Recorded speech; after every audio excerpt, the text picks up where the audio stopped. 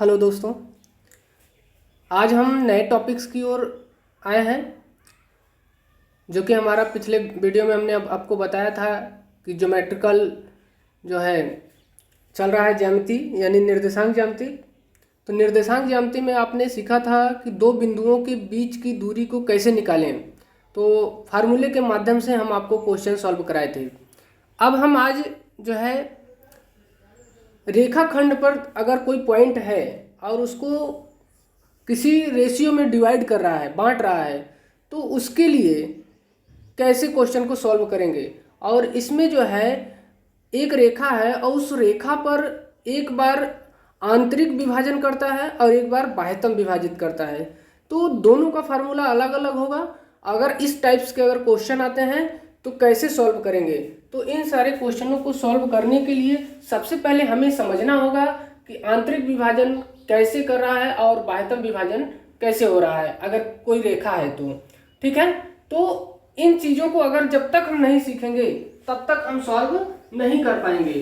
तो हमें ये जरूरी है कि उसे जानने के लिए सबसे जरूरी यह है कि हमें बाह्यतम पॉइंट कहाँ होता है और आंतरिक पॉइंट कब होता है। अगर कोई रेखा है तो कैसे हम उसे जो है डिवाइड कर रहा है। तो चलिए अभी हम देखते हैं कि एक रेखा है, मान लेते हैं कि ये हमारी कोई रेखा है।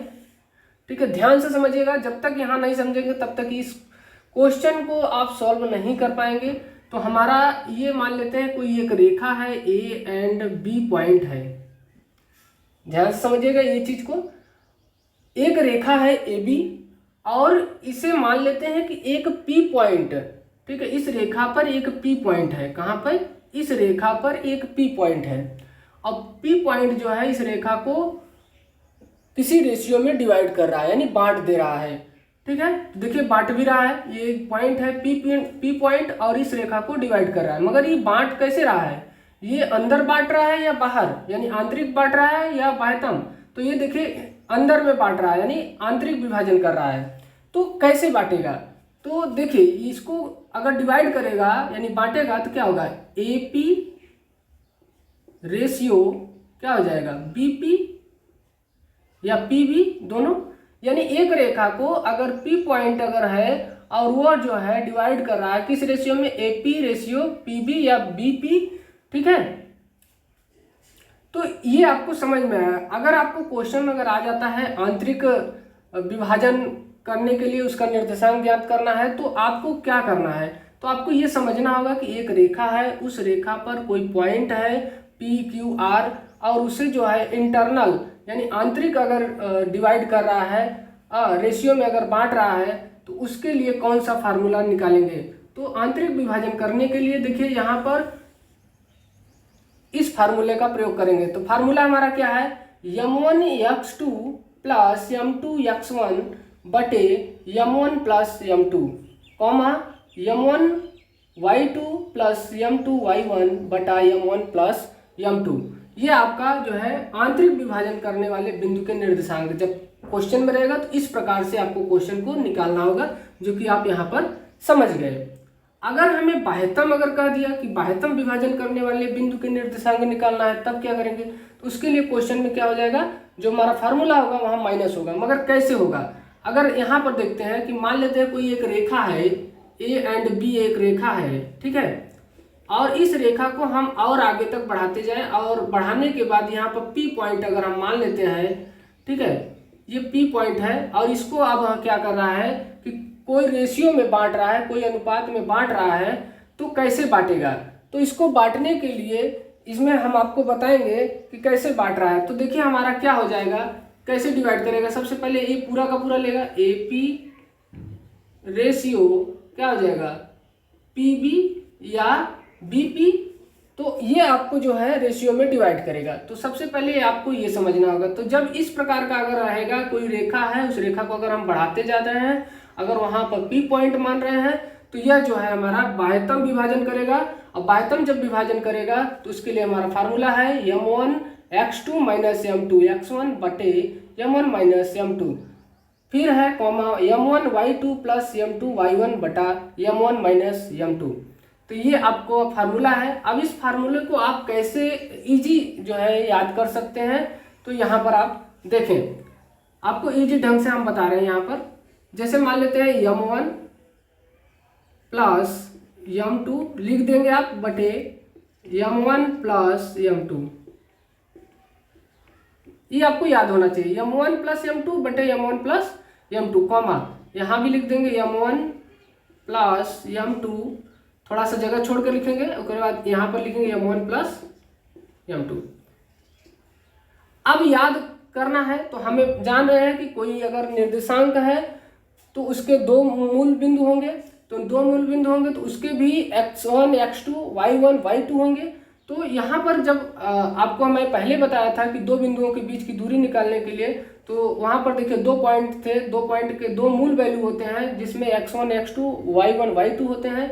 तो यहाँ पर जो है आपको क्या करना होगा, x2 यहाँ पर x1, ठीक है, यहाँ पर क्या करना होगा y2 यहाँ y1, जो आपने पहले पिछले फार्मूले को आपने रटा था उसी प्रकार यहाँ पर भी फिट करना है। तो आप इजी ढंग से आप इसे याद कर सकते हैं कि आंतरिक विभाजन कैसे निकालेंगे फार्मूला। अगर अब बाह्यतम अगर कह दिया तो कुछ नहीं करना है, सेम फार्मूला वही है, केवल ऋण का चिन्ह लगा देंगे यानी माइनस का, तो आपका ये फार्मूला पूरी तरीके से रेडी हो जाएगा। अगर आपको फार्मूला याद है और कॉन्सेप्ट क्लियर है तो आपको अगर सामने अगर क्वेश्चन आता है तो आप बहुत ही इजी ढंग से आप क्वेश्चन को सॉल्व कर पाएंगे। तो चलिए अब हम एक क्वेश्चन लिए हैं।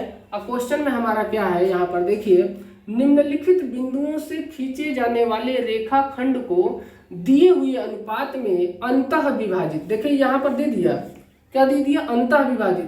तो अंतः विभाजित जब कह दिया तो हमको ये तुरंत ध्यान होना चाहिए कि हमारा देखिए ये जो है आंतरिक विभाजन कर रहा है, तो आंतरिक विभाजन के लिए हमारा फार्मूला पहला होता है, ये आपको याद होना चाहिए। करने वाले बिंदुओं के निर्देशांक ज्ञात कीजिए। अगर बाह्यतम कह देता तो आपको कौन सा फार्मूला लगाना होता है, इस फार्मूले को लगाना होता है, ठीक है।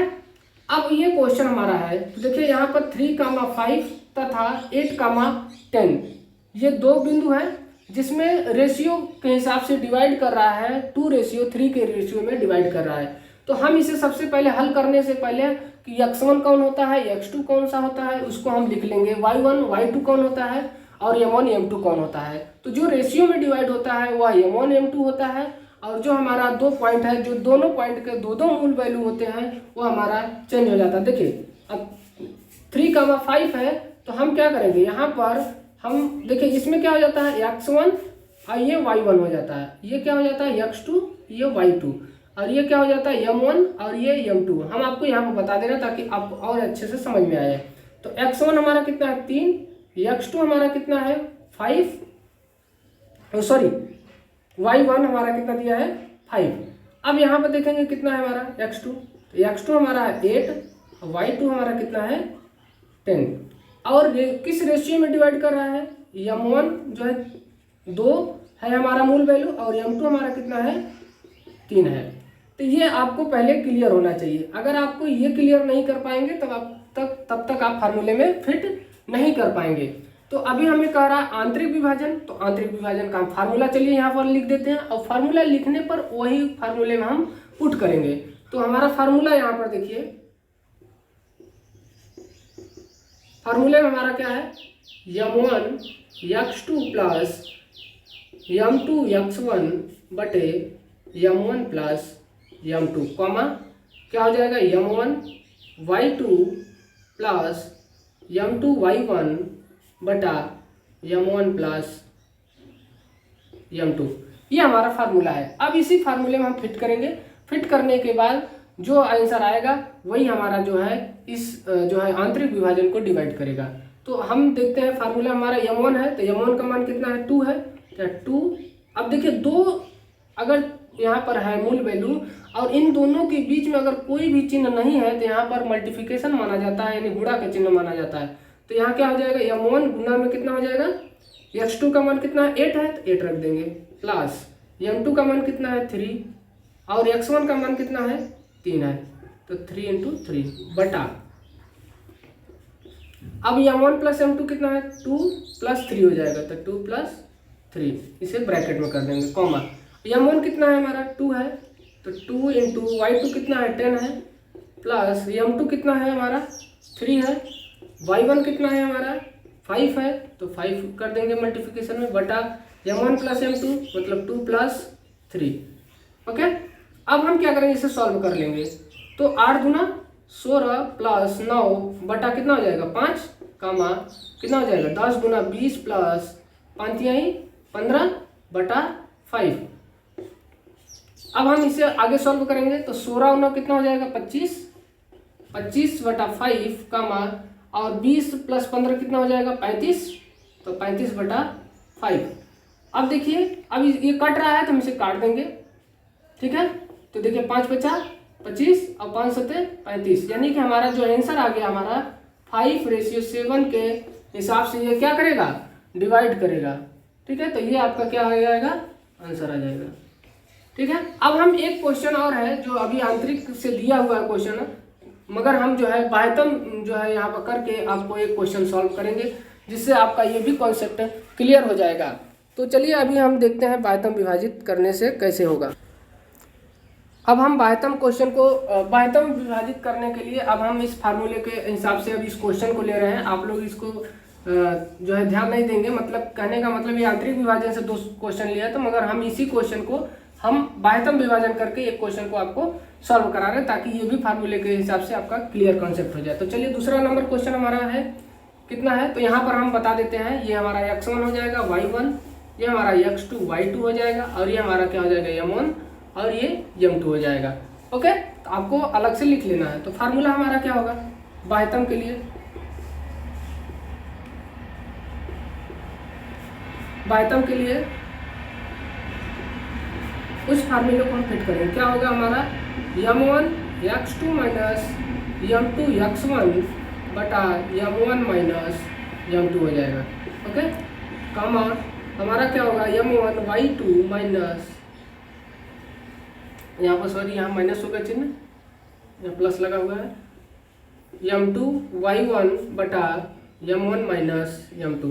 तो ये फार्मूला आपको क्लियर होना चाहिए। अब इसी फार्मूले में हम क्या करेंगे, इसके हिसाब से फार्मूले को फिट करेंगे। तो देखिए m1 कितना है, तो 2 है तो 2 रखेंगे, इनटू x2 कितना है हमारा -3 है तो -3 रख देंगे, ठीक है।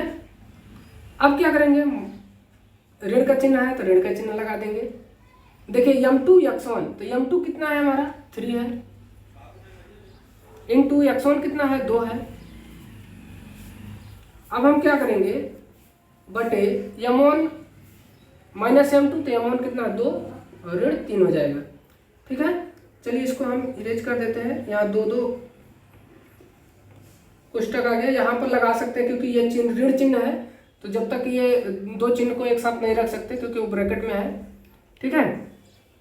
अब हम क्या करेंगे, कॉमा लगाएंगे, m1 y2 है तो m1 हमारा कितना है 2, y2 हमारा कितना है -4 इंटू -4 रख देते हैं, माइनस कितना m2 कितना है हमारा 3 है, इंटू y1 कितना है 1 है बटा 2 - 3 हो जाएगा, ये हमारा नीचे आ जाएगा, ठीक है। अब इसे हम सॉल्व कर लेंगे तो देखिए कितना हो जाएगा -6 माइनस कितना हो जाएगा -6 बटा -1 कॉमा कितना हो जाएगा हमारा ये -8 -3 बाई -1।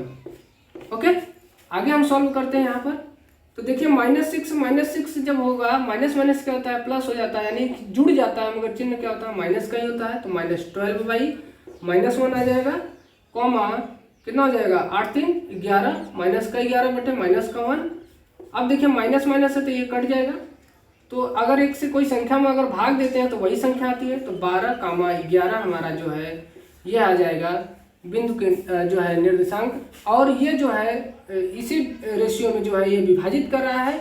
तो हमारा जो है बाह्यतम अगर विभाजित करने वाले निर्देशांक पूछेगा तो हमको ये फार्मूला लगाना होगा और इस फार्मूले में हमें फिट करना होगा, फिट करके जो हमारा आंसर आएगा ये हमारा आंसर हो जाएगा, ठीक है। तो उम्मीद करते हैं कि आज का जो है आपको ये क्लास अच्छा लगा होगा। अगर आपको अच्छा लगा तो इसे लाइक सब्सक्राइब एंड शेयर जरूर करें, अपने दोस्तों में से जरूर शेयर करें, क्योंकि ये टॉपिक सबसे इम्पोर्टेंट है। अगर इस टॉपिक्स को अगर आप सीख जाते हैं तो इससे रिलेटेड हर टॉपिक्स को क्वेश्चन आप सॉल्व कर सकते हैं। धन्यवाद।